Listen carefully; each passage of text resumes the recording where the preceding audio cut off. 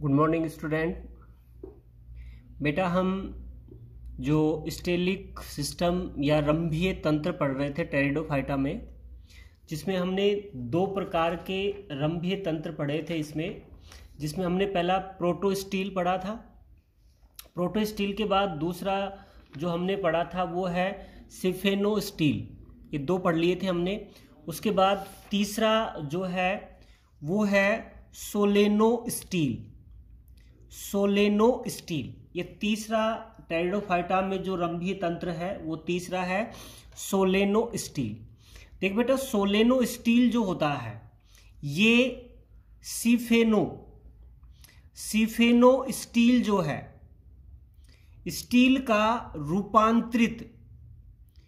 रूपांतरित भाग होता है।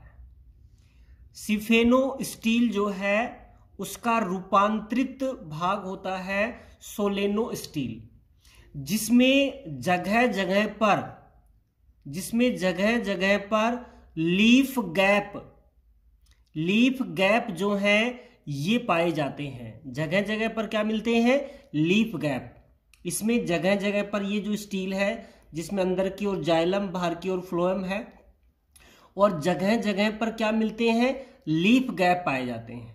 ठीक है, ये है सोलेनोस्टील। ये सोलेनोस्टील जो है ये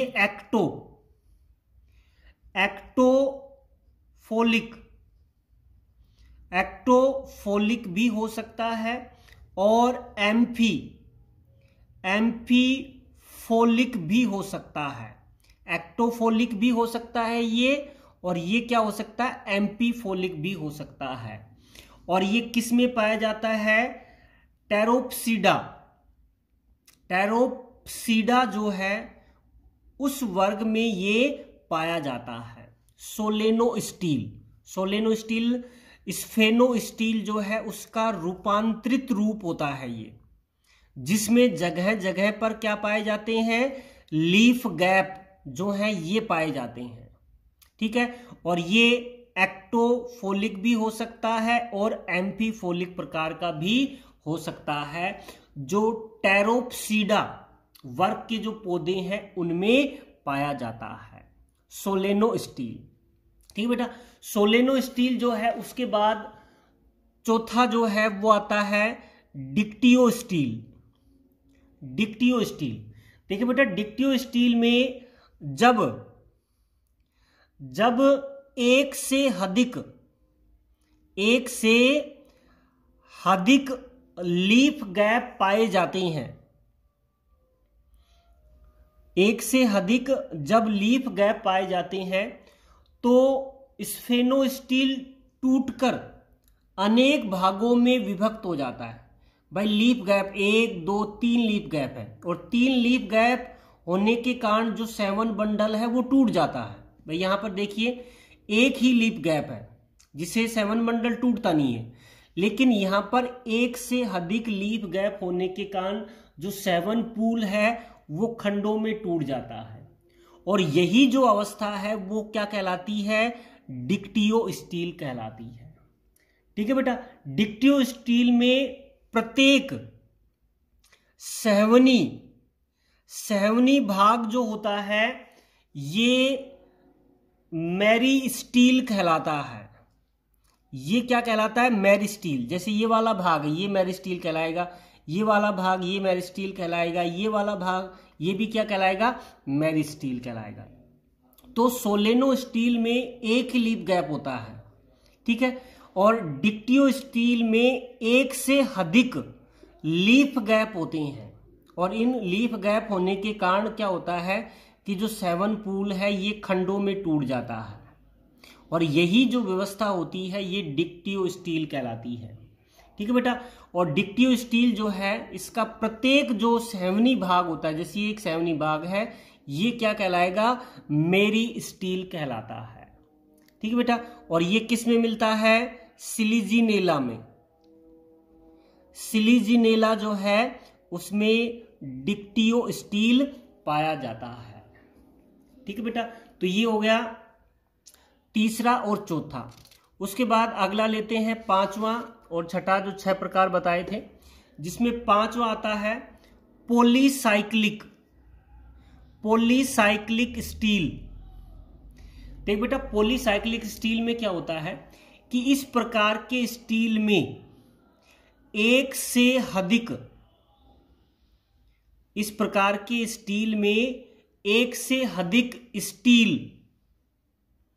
स्टील पाए जाते हैं जो एक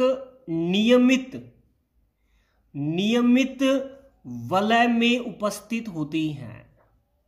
इस प्रकार के स्टील में एक से अधिक स्टील या रंभ पाए जाते हैं जो एक निश्चित वलय में उपस्थित होते हैं। और इसका जो एग्जाम्पल है वो है टेरिडियम। टेरिडियम जो है इसमें पॉलीसाइक्लिक स्टील पाया जाता है, जिसमें एक से अधिक स्टील होते हैं। ये सभी एक से अधिक स्टील है, ये भी स्टील है, ये स्टील है, ये स्टील है, सभी स्टील है जो एक निश्चित वलय में पाए जाते हैं। और ये किस में मिलता है बेटा? टेरिडियम जो है उसमें ये पाया जाता है। ठीक बेटा। छठा और लास्ट है पॉलीस्टील। देख बेटा, पॉलीस्टील जो होता है उसमें क्या होता है कि एक ही तने में एक से अधिक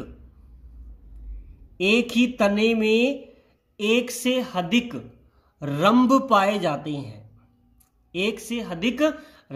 जाते हैं। तथा प्रत्येक रंभ यानी स्टील जो होता है ये स्वयं अपनी एंडोडर्मिस जो है उससे घिरा रहता है। इस प्रकार के तने में क्या होता है, एक ही तना होता है और एक ही तने में एक से अधिक स्टील पाए जाते हैं और प्रत्येक स्टील अपनी स्वयं की एंडोडर्मिस के द्वारा घिरा रहता है। और तने में इनकी जो संख्या है वो 16 तक हो सकती है। इनकी संख्या कितनी हो सकती है? 16 तक हो सकती है। जैसे यहां पर 3 दिखाए गए हैं, ये 3 स्टील हैं और प्रत्येक स्टील जो होता है ये अपनी एंडोडर्मिस के द्वारा घिरा रहता है।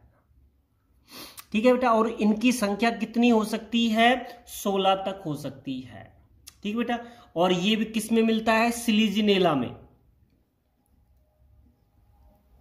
सिलिजिनेला जो है उसमें ये पाया जाता है। ठीक बेटा। तो ये हो गया पॉलीस्टील। पॉलीस्टील जो होता है इसमें क्या होगा भाई, इस प्रकार के स्टील में एक ही तने में एक से अधिक रंभ पाए जाते हैं और प्रत्येक रंभ स्वयं अपनी एंडोडर्मिस के द्वारा घिरा रहता है। और इनकी जो संख्या है वो कितनी हो सकती है? एक तने में 16 तक हो सकती है। और ये किस में मिलता है? सिलिजिनेला जो है उसमें ये पाया जाता है। तो ये 6 प्रकार के रंभीय तंत्र यानी स्टेलिक सिस्टम है टेरिडोफाइट में। तो ये 10 नंबर का बहुत अच्छा क्वेश्चन है कि टेरिडोफाइट जो है उसमें स्टेलिक जो सिस्टम है, रंभीय तंत्र है, उसके बारे में बताना है आपको। और ये 6 प्रकार के जो स्टील हैं वो आपको बताने हैं। ठीक है बेटा। तो ये हो गया टेरिडोफाइटा में रंभीय तंत्र या स्टेलिक सिस्टम। ठीक है बेटा। अब अगला जो टॉपिक लेते हैं वो है, अगला टॉपिक अपना अपयुग्मन। अगला टॉपिक है अपना अपयुग्मन, एपोगैमी। अपयुग्मन या एपोगैमी ये शॉर्ट नोट या टिप्पणी के रूप में पूछे जाते हैं। अपयुग्मन और अपबीजाणुता जो हम पढ़ेंगे। तो बेटा अपयुग्मन एपोगैमी क्या है? देख बेटा, अपयुग्मन क्या है कि गैमेटोफाइटिक प्लांट यानी युग्मकोद्भिद पादप, गैमेटोफाइटिक प्लांट यानी युग्मकोद्भिद पादप बिना लैंगिक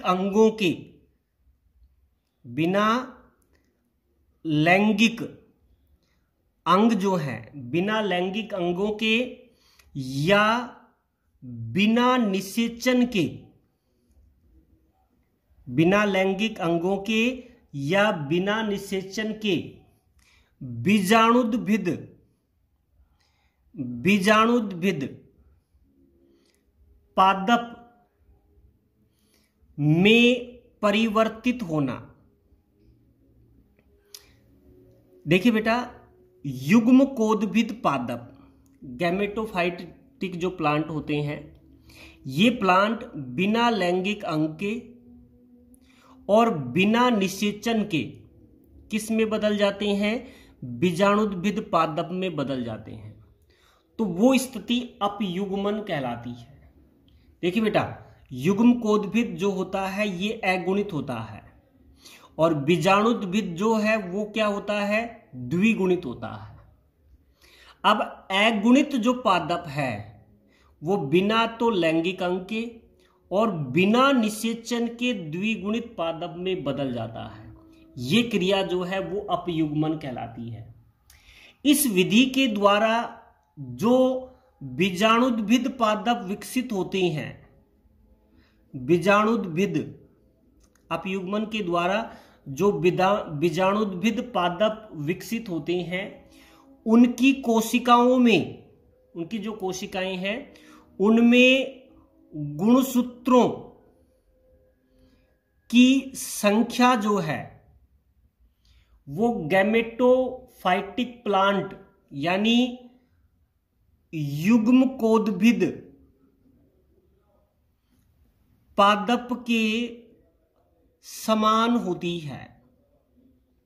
समझना बेटा एक बार कि अपयुग्मन के द्वारा जो बीजाणुद्भिद पादप विकसित होता है, इस पादप की कोशिकाओं में गुणसूत्रों की संख्या युग्मकोद्भिद पादप के समान होती है। युग्मकोद्भिद पादप के क्या होती है? समान होती है। ये कैसे होती है हम बताएंगे आपको आगे। तो अपयुग्मन किसे कहोगे? कि एक अगुणित युग्मकोद्भिद पादप बिना लैंगिक अंग के और बिना निषेचन के जब द्विगुणित या बीजाणुद्भिद पादप में परिवर्तित हो जाता है तो वो क्रिया अपयुग्मन कहलाती है। और अपयुग्मन के द्वारा जो बीजाणुद्भिद पादप बनता है उसमें कोशिकाओं में गुणसूत्रों की संख्या युग्मकोद्भिद पादप के समान होती है। ठीक बेटा। अपयुग्मन जो है इसका अध्ययन 1874 में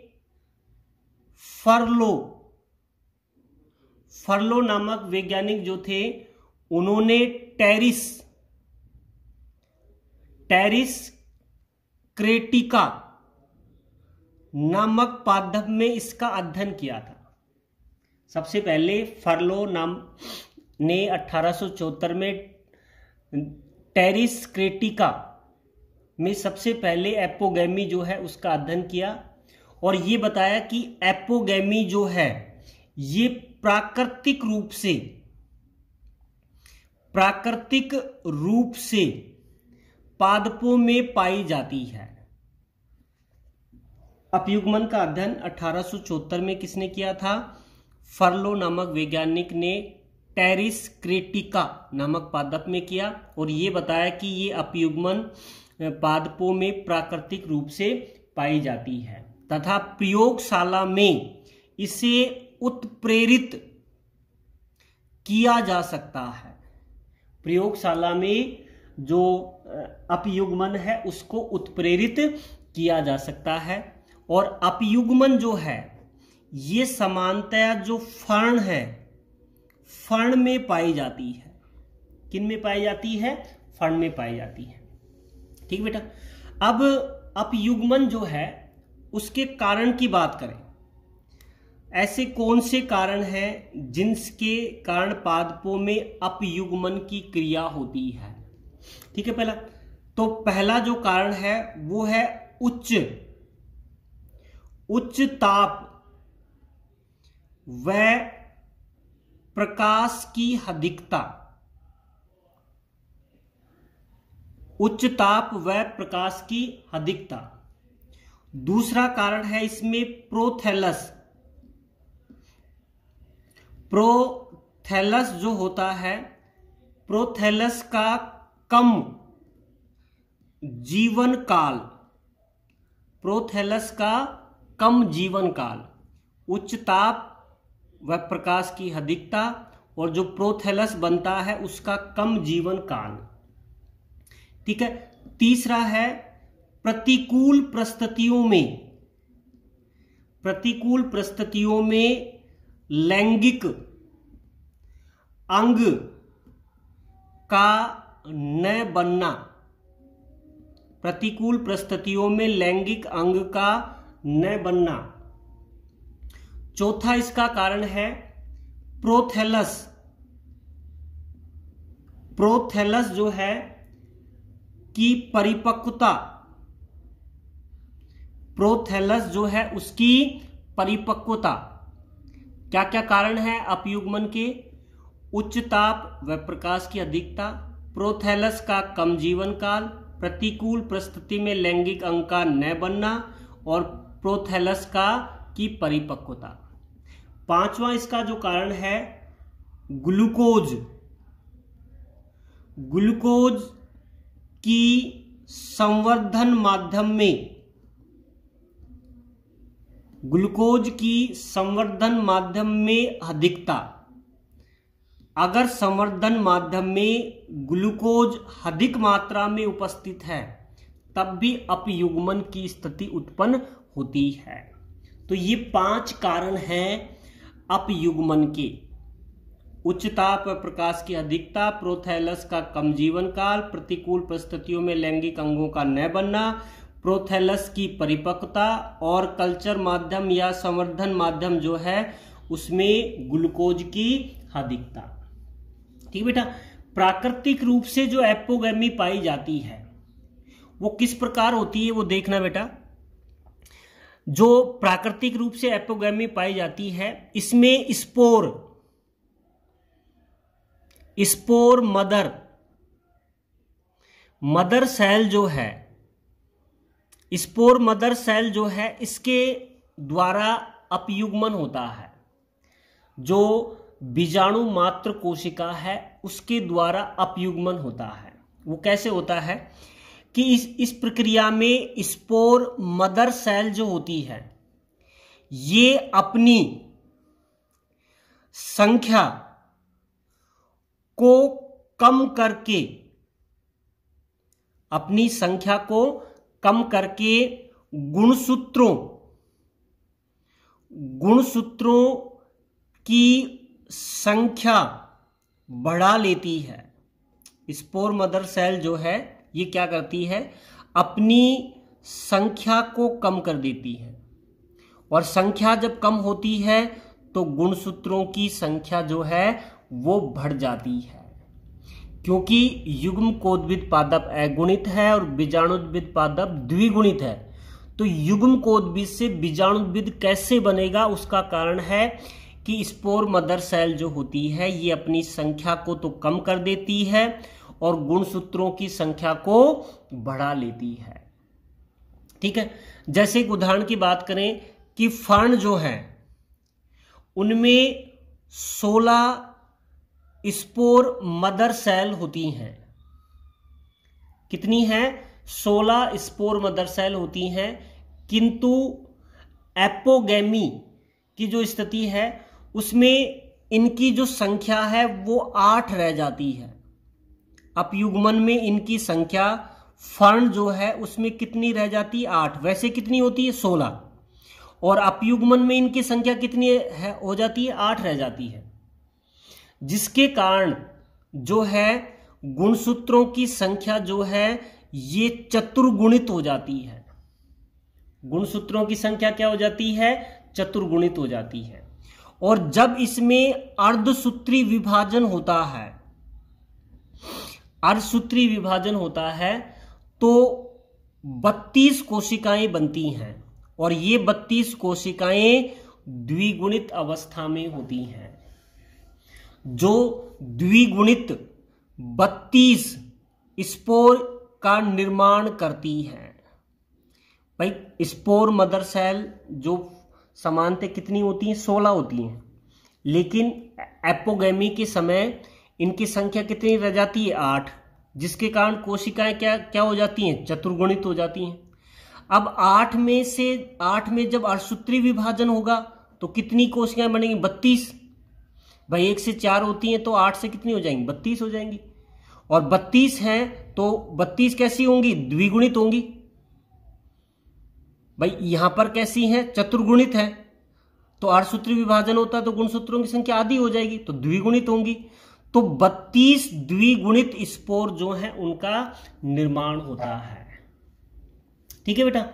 अब जो गैमेटोफाइट है, युग्म कोदभिद जो पादप है, उस पादप पर कलिकाएं विकसित होती हैं। क्या विकसित होती हैं, कलिकाएं, जो पूर्ण विकसित होकर द्विगुणित बीजाणुद्भिद पादप का निर्माण करती हैं। भाई युग्म कोदभिद जो पादप है उसमें कलिकाएं विकसित होंगी और जो पूर्ण विकसित होकर द्विगुणित बीजाणुद्भिद पादप का निर्माण करती हैं। क्योंकि युग्म कोदभिद क्या था, अगुणित है, और जब इनकी संख्या आधी रह जाती है तो द्विगुणित स्पोर बनते हैं और उनसे जो कलिकाएं बनेंगी वो कलिकाएं विकसित होंगी तो द्विगुणित बीजाणुद्भिद का निर्माण करती हैं। इस गैमेटोफाइट में लैंगिक अंग नहीं पाए जाते हैं, अतः ज्यादातर फर्ण इसी रूप में स्पोरोफाइटिक का निर्माण करती हैं। भाई इनमें कोई लैंगिक अंग जो है, ये तो पहले ही बता दिया, लैंगिक अंग जो है ये नहीं बनते हैं।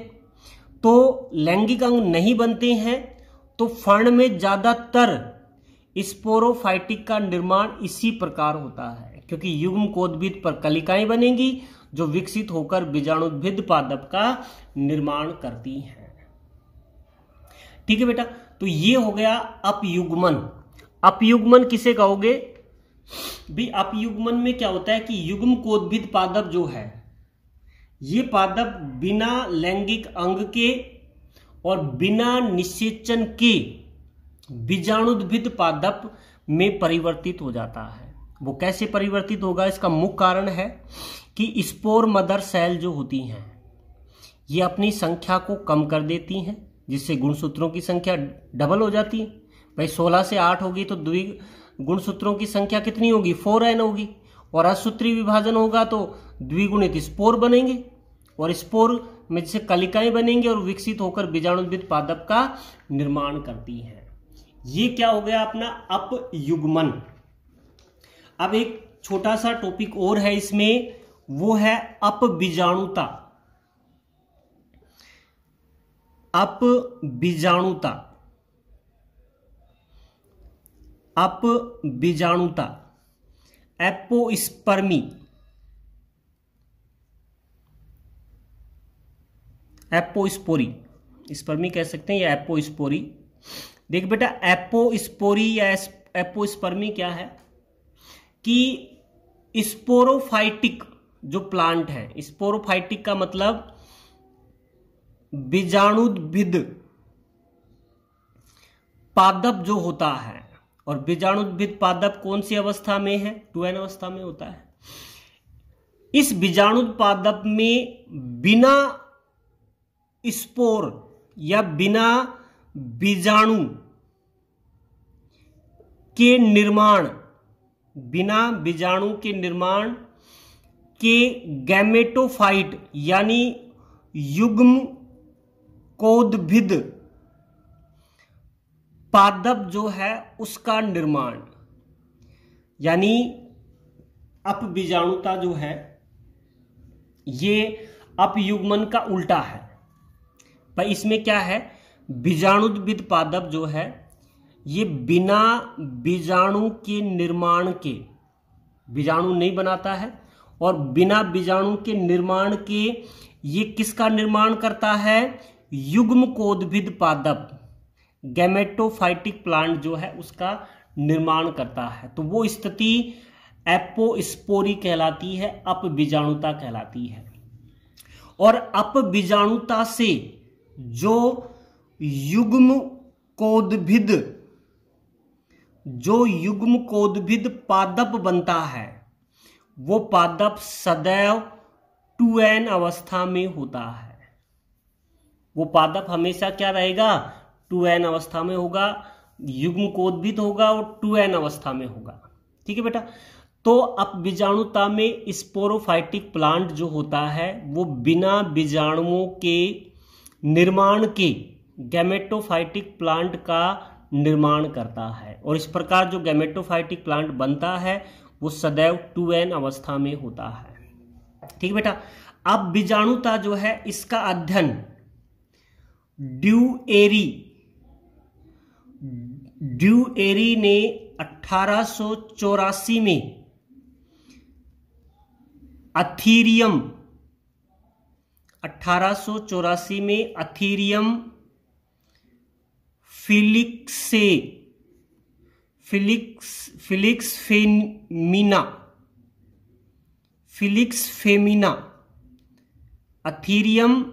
फिलिक्स फेमिना नामक पादप में किया था।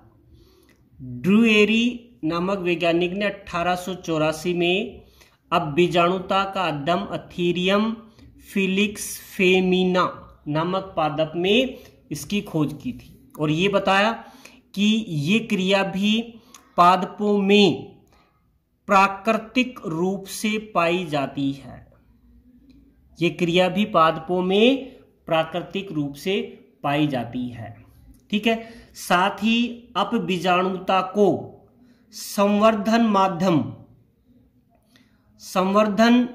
माध्यम जो है उसमें संवर्धन माध्यम में उत्प्रेरित किया जा सकता है। जैसे अपयुग्मन को उत्प्रेरित किया जा सकता था, उसी तरह जो अपबीजाणुता है उसको भी संवर्धन माध्यम में उत्प्रेरित किया जा सकता है। ठीक बेटा। अब अपबीजाणुता जो है उसके कारण क्या है, यानी किस कारण अपबीजाणुता उत्पन्न होती है। ठीक बेटा। देखिए संवर्धन माध्यम, सबसे पहले हम बात करते हैं संवर्धन माध्यम जो है उसमें पोषक तत्व, संवर्धन माध्यम में पोषक तत्वों की उपस्थिति, पोषक तत्वों की जो उपस्थिति है ये उपस्थिति तय करती है कि बनने वाला जो कैलस है वो युग्मकोद्भिद होगा या बीजाणुद्भिद होगा, युग्मकोद्भिद होगा या बीजाणुद्भिद। कहने का मतलब पहला जो कारण है कि वो संवर्धन माध्यम में पोषक तत्व ये निर्भर करते हैं, इनकी उपस्थिति निर्भर करती है कि बनने वाला पादप युग्मकोद्भिद होगा या बीजाणुद्भिद होगा। ठीक है बेटा।